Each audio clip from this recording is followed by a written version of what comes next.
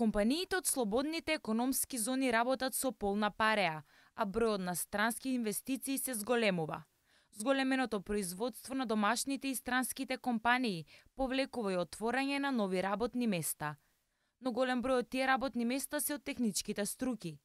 Потребата од техничките кадри е некаде над 70% од сите објавени огласи.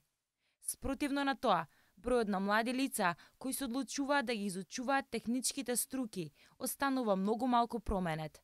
Сепак, позитивно е тоа што бројката сепак се поместува. Ако во изминатиот период сме сведоци на се поинтензивно присуство на странски инвеститори и развој и зголемување на капацитетите на домашните компании, можеме да констатираме дека потребите на тие компании се повеќе укажуваат на неопходна потреба од стручен кадар во рамки на техничките струки на техничките факултети или со средно стручно образование. Во изминатиот период, Владата и Министерството за образование и наука спроведе низа мерки за да ги привлече младите да се запишуваат и да ги изучуваат техничките науки.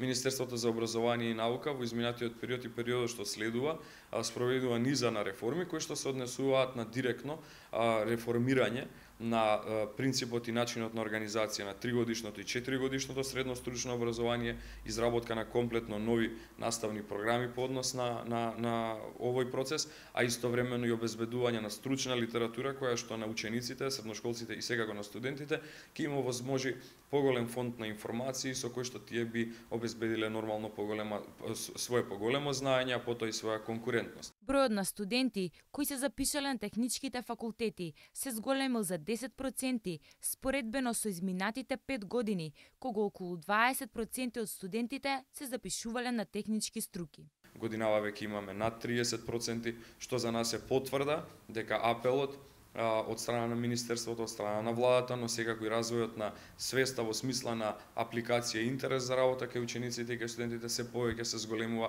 во насока на стручното образование, а со тоа веројатноста за нивно работно ангажирање е многу поголема. Така да можам да констатирам дека целиот овој сет на мерки и поврзаноста на политиките во насока на севкупниот економски и индустријски развој на Република Македонија даваат резултати. И во иднина Министерството за образование и наука ќе продолжи да ги стипендира студентите кои се запишуваат на техничките факултети, студиските програми по информатика, природно-математичките, техничко-технолошките и биотехничките науки.